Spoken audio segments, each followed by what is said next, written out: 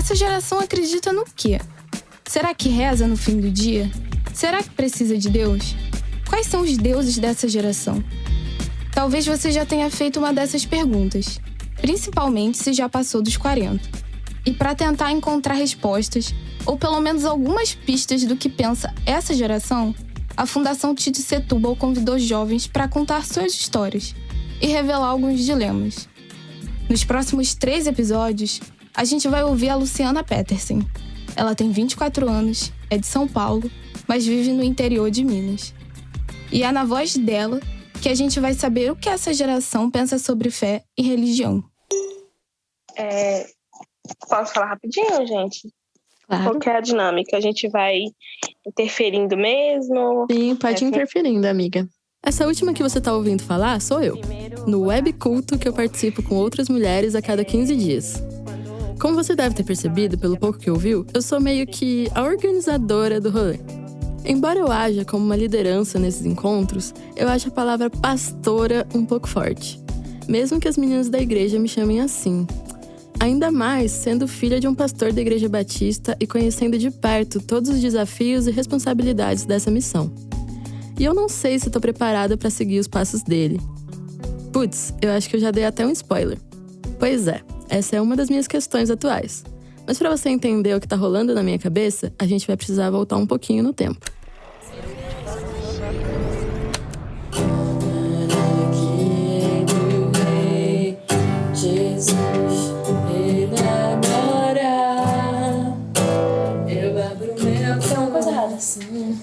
Essa versão que você conta? Sim. Mas tem uma coisa errada. A batida tá errada. Gente, é só isso, a música inteira. Realmente. É um conceito de worship, amiga. Ok. Essa aqui é mais uma tarde comum na vida de 3 jovens millennials. Quer dizer, eu acho que a gente é zillennial. Porque, na verdade, a gente tá entre os millennials e geração Z. Tipo, a gente até faz dancinha no TikTok, mas também toma café da manhã. Bom, mas voltando. Como eu tava falando, esse é mais um domingo na vida de 3 moradoras de São João del Rei, Minas Gerais. Um domingo de louvor. Ah, e eu já vou logo avisando que esse vai ser um episódio que você vai ouvir muita cantoria. Perdão, pai, elas não sabem o que fazem. A ele a glória, a ele o louvor, a ele o domínio. Ele é o Senhor. O mundo pode até fazer você chorar, mas Deus te quer sorrindo. Essa é Glória brava. a Deus! Melhor católica. Vai cantar uma música. Essa que tá cantando é a Júlia. Ela é uma colega da faculdade de jornalismo que divide apartamento comigo. Ela vem de uma família bem misturada. A avó é católica, mas flerta com a Umbanda. O pai dela estuda ufologia. Já a própria Júlia chegou a acreditar um tempo que a vocação dela era ser freira. Eu fui um tempo da Renovação Carismática, que é uma vertente da Igreja Católica, que é uma vertente um pouco mais fervorosa, assim, digamos, né? Que até se assemelha muito à igreja evangélica, assim. E eu fui há muitos anos, assim, da igreja, inclusive um tempo eu até, assim, entrei para um convento e tal, achei que eu ia seguir isso e acabei não seguindo. Então, tipo assim, eu já tinha uma relação com a religião e quando eu entrei na faculdade, assim, isso se quebrou um pouco. E ver, assim, a Luciana, as coisas que ela fala, as coisas que ela estuda, né? Me fizeram, tipo, ter uma outra visão, sabe? E uma coisa que a gente sempre conversa, que eu falo pra ela, que eu acho muito legal, assim. Eu acho muito louco ouvir isso. Primeiro, porque pra mim é difícil entender o tamanho dessa influência. E segundo, porque, na verdade, são elas que me inspiram. Além da Júlia, eu divido apartamento com a Joana, que acabou de se formar, também em jornalismo, e também é católica. Assim que ela chegou, ela foi enchendo a casa da gente de santo. Até no banheiro tem uma Nossa Senhora olhando por nós. Ao contrário de mim e da Júlia, a Joana não foi criada numa religião. Na real, ela vem de um berço espírita não praticante. Não praticantes são pessoas que acreditam em uma religião, mas nem sempre frequentam as celebrações ou fazem os rituais. Eu acho que ser não praticante é um dos jeitos mais comuns de se crer, principalmente no Brasil, que tem uma formação religiosa super diversa. Na verdade, na maioria das vezes, a espiritualidade popular brasileira é isso. Você pega um pouco de cada coisa e cria sua própria fé. Uma mesma pessoa pode prometer pulinhos pra São Longuinho quando perde alguma coisa, ouvir música evangélica, jogar flores pra Iemanjá no Ano Novo e encontrar no meio disso tudo algo que faça sentido pra sua fé. Mas voltando a Joana, ela contou pra gente que, como uma mulher lésbica, ela meio que peregrinou até encontrar uma crença com que se identificasse. Fui em várias religiões, assim, fui na igreja messiânica, fui no espiritismo kardecista, fui no Umbanda, fui no candomblé, fui no protestantismo. Viajei um pouco estudando e lendo como cada tipo de religiosidade entendia a sexualidade e essas dissidências, né? Então, na verdade, é muito engraçado, assim, a gente sempre fica se perguntando, né, como que juntou essas 3 pessoas, assim, tipo, de cada uma de um lado. Mas a gente sempre fala, né, que tem a Joana e a Luciana e eu sou o meio do caminho das duas. Essa é a Júlia falando de novo. Então, assim, é engraçado porque, por exemplo, louvor, né?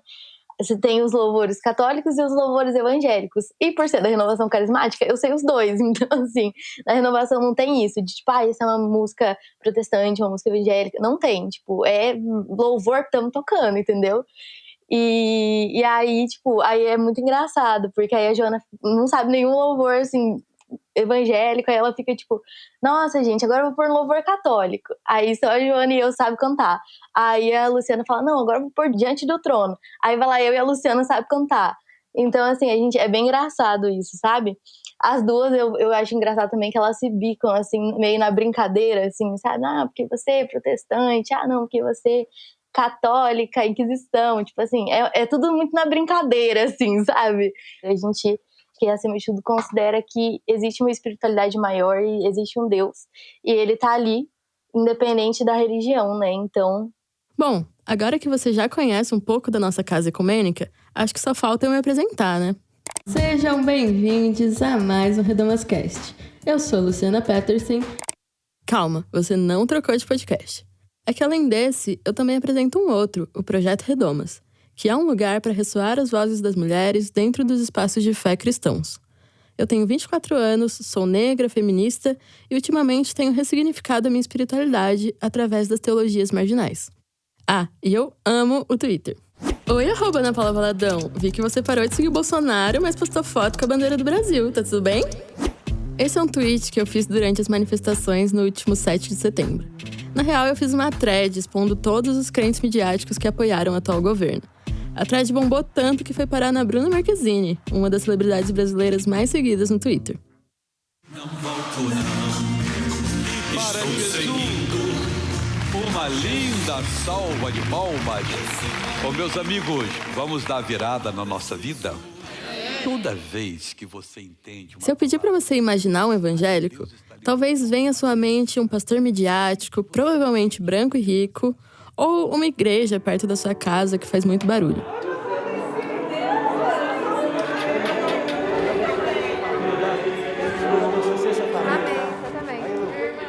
Mas evangélicos são muito mais complexos. Existem igrejas que se tornaram empresas e que usam de má fé, inclusive para abusar financeiramente e psicologicamente de seus membros. Mas essa não é a cara da maioria dos evangélicos. Na verdade, segundo uma pesquisa do Datafolha, mulheres negras são 58% dos evangélicos.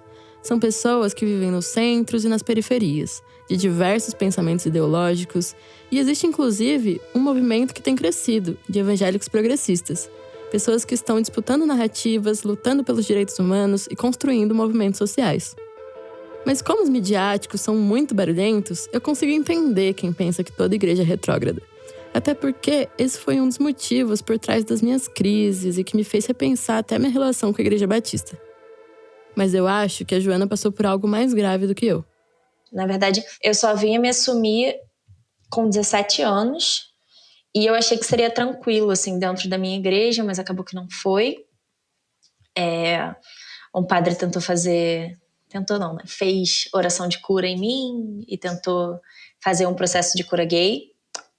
Mas... E aí foi o momento que eu saí da igreja, eu saí com 17 anos. E foi justamente nesse momento que eu falei, bom, eu preciso estudar. Estudar teologia, ela contou.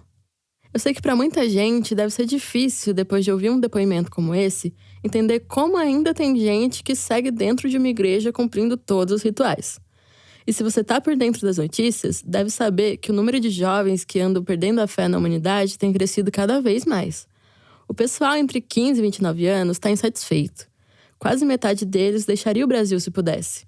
Os números são de um levantamento da FGV Social, a partir de microdados do IBGE. Eu vi esses dados numa matéria da Folha de São Paulo que começa assim: o Brasil nunca teve ou terá tantos jovens como agora. Essa geração tá meio cética mesmo. Embora um outro movimento esteja ganhando cada vez mais força também, o dos jovens místicos. A galera que faz mapa astral, acompanha influencers que falam de signo, tiram tarô. As meninas lá de casa abriram tarô essa semana mesmo. Eu conheço alguns que sempre tiveram uma vivência católica ou evangélica na família, mas mudaram. E pra mim, a fé é algo que vai além dos templos, dos homens, das tradições e das instituições. Meio que transcende. Comigo e com as minhas amigas, a forma como a gente lê a Bíblia é a forma como a gente lê o mundo. Igreja, pra mim, é um espaço de sociabilidade.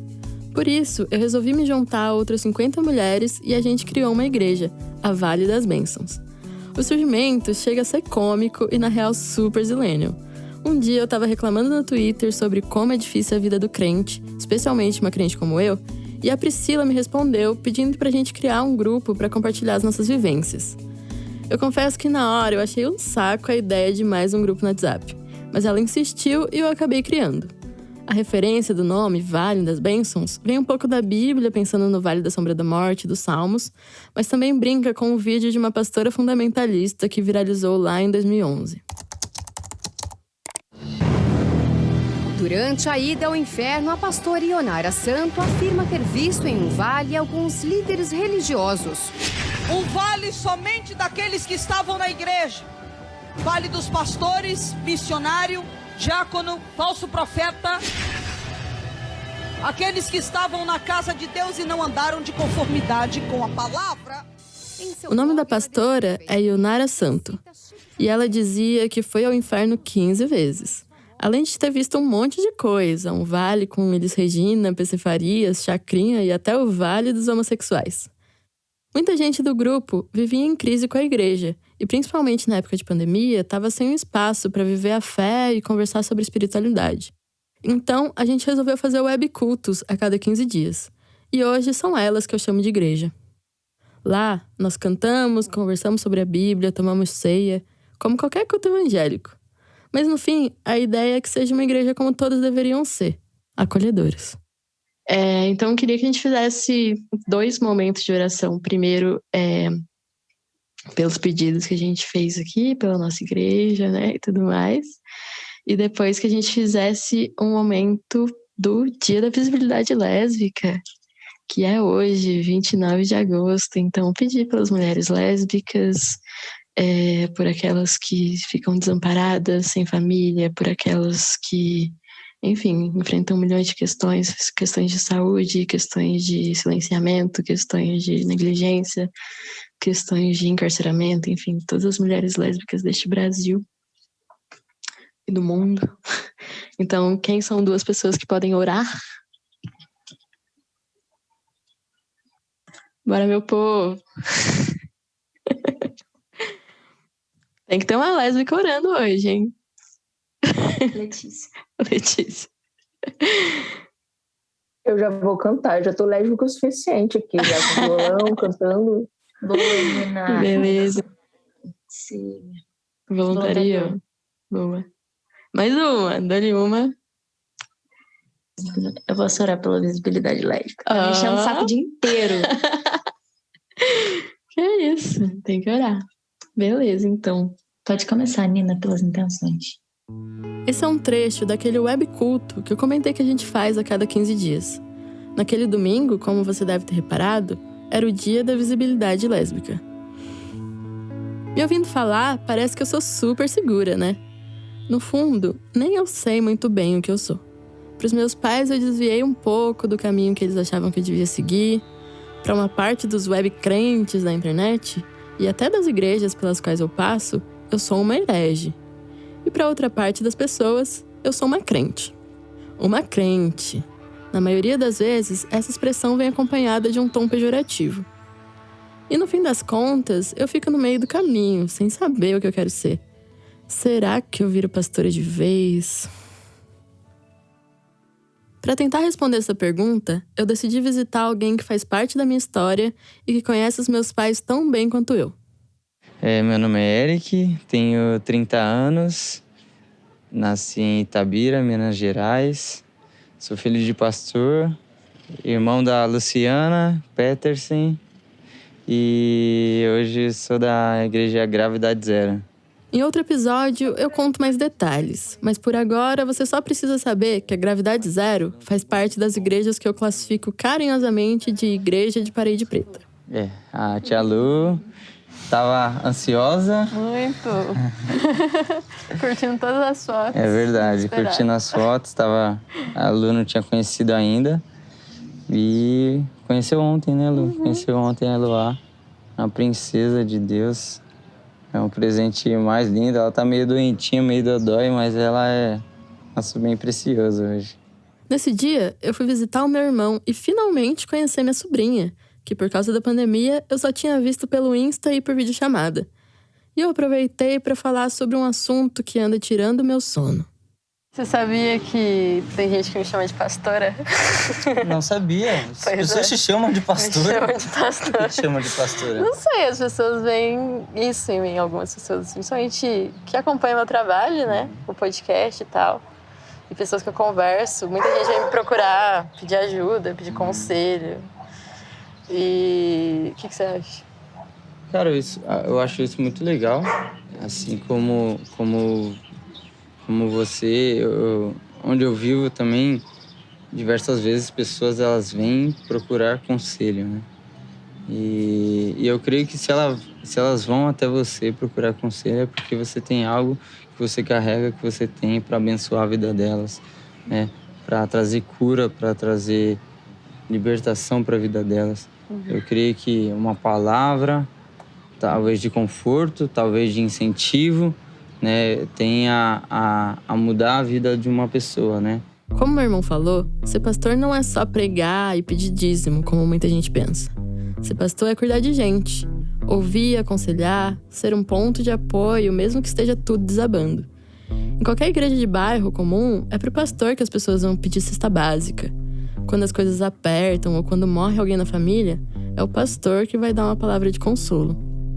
Eu lembro muito, como filha de pastor, que a gente sempre recebia telefonema de madrugada e sabia que o meu pai teria que sair para alguma missão, que raramente era coisa boa.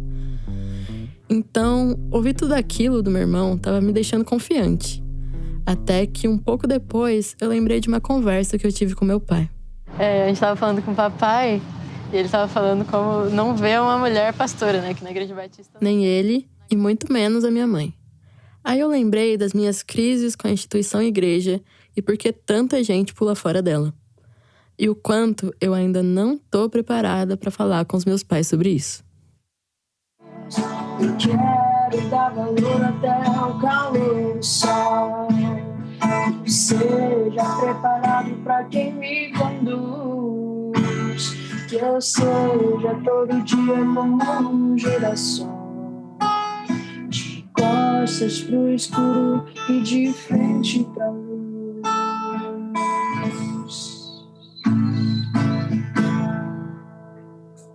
Perfeita! Obrigada, Lê. Lindo, gente. Então, para a reflexão de hoje, eu peguei o texto de Abacuque. E aí a gente vai ler 3 partes, no capítulo 1, 2 e 3. Então vocês podem estar abrindo aí em Abacuque. Abacuque é um profeta que, enfim, viveu numa época muito difícil. Eles viviam dominados, assim, o povo de Judá vivia dominado na época de Abacuque e ele estava desesperado.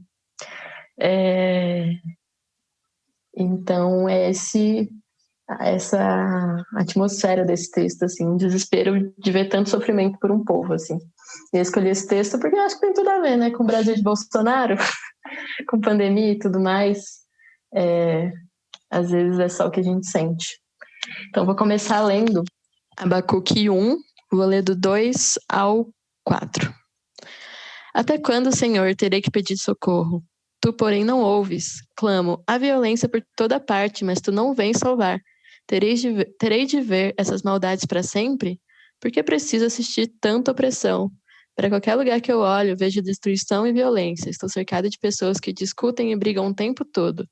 A lei está amortecida e não se faz justiça nos tribunais.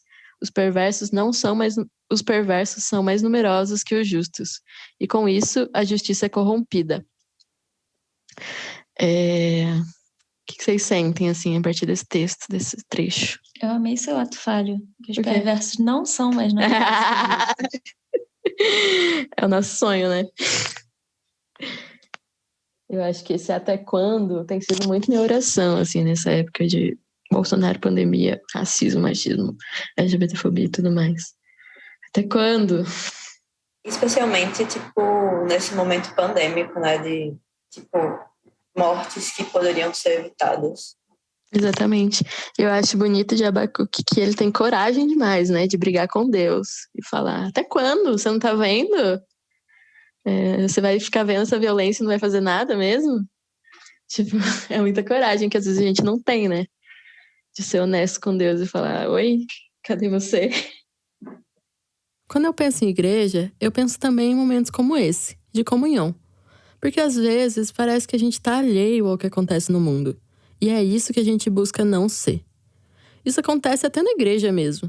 A pessoa pede a Deus por um emprego, mas não associa isso a um problema estrutural ou à falta de assistência do governo.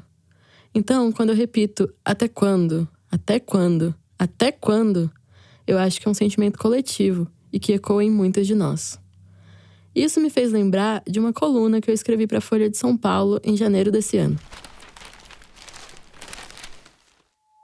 Evangélicos são um grupo em ascensão no Brasil, mas os que formam a bancada evangélica têm projetos reacionários e que ferem o Estado laico. Essa bancada não representa o perfil dos evangélicos no país. Mulheres negras são a maioria dentro das igrejas, embora nos espaços de poder, bem como no imaginário das pessoas, imperem homens brancos. E aí, eu me pergunto outra vez, até quando?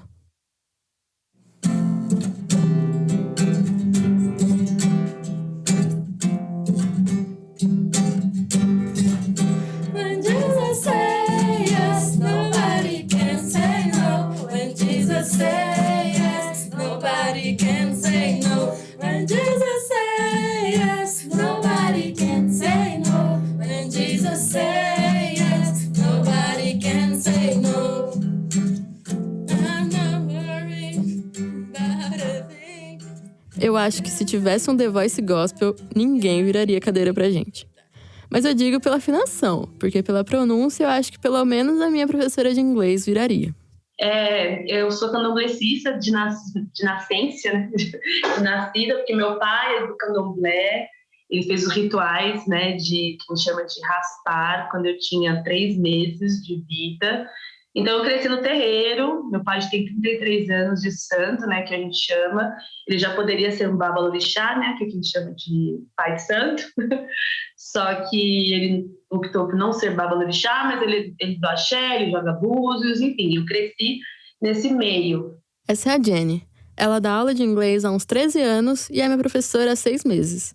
Eu resolvi gravar um pedacinho da nossa aula. Nesse dia, eu dividi a classe com uma outra aluna. Então, eu sou a Elisana, eu sou irmã da Luciana, né? A Zana é minha irmã mais velha e uma referência de alguém bem millennial e good vibes. Primeiro que eu já sou uma pessoa que não gosto muito de embates, então eu prefiro, sabe, dar a palavra para a pessoa. Mas, assim, uma coisa que a Bíblia fala que para mim é bem real é: no que depender de vós, tende paz com todos. Então, assim...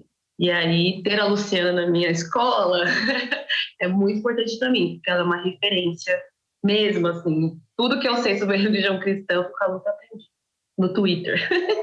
Que eu segui nas threads, enfim. Então, mais uma vez, alguém que também é uma referência para mim, diz que aprendeu algo comigo. Meu Deus, que responsa! E adivinha qual era o tema da aula aquele dia? Bom, Lu, hoje a gente vai abordar expressões das nossas religiões, ok? Our religion, idioms, alright? Traduzi o que é religião pra mim. Parecia que a Jenny estava adivinhando e o universo estava conspirando para que eu seguisse pensando sobre o meu dilema. Quer dizer, o universo não, né?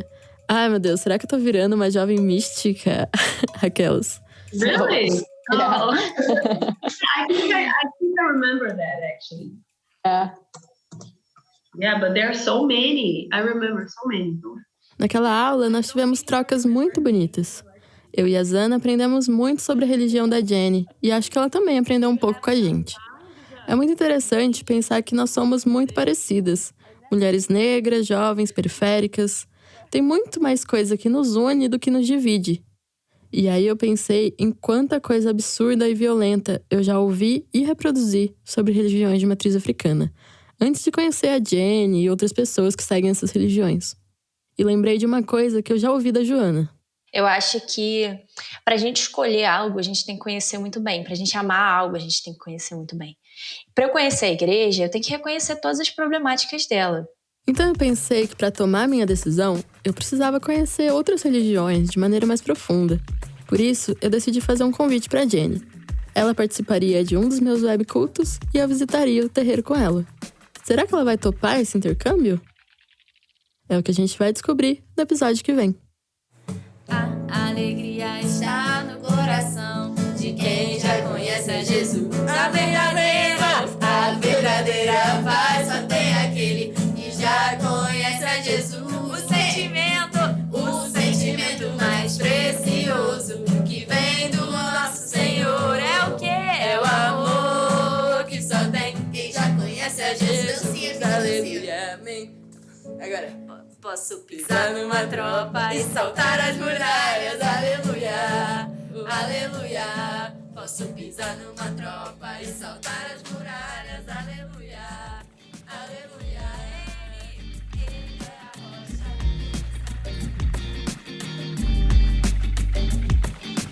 Essa geração é uma produção da Rádio Novelo para a Fundação TID Setúbal. A coordenação geral por parte da Fundação é da Fernanda Nobre e do Márcio Black. E quem responde pelo digital e pela identidade visual é o Amauri Eugênio e a Gaia Vieira.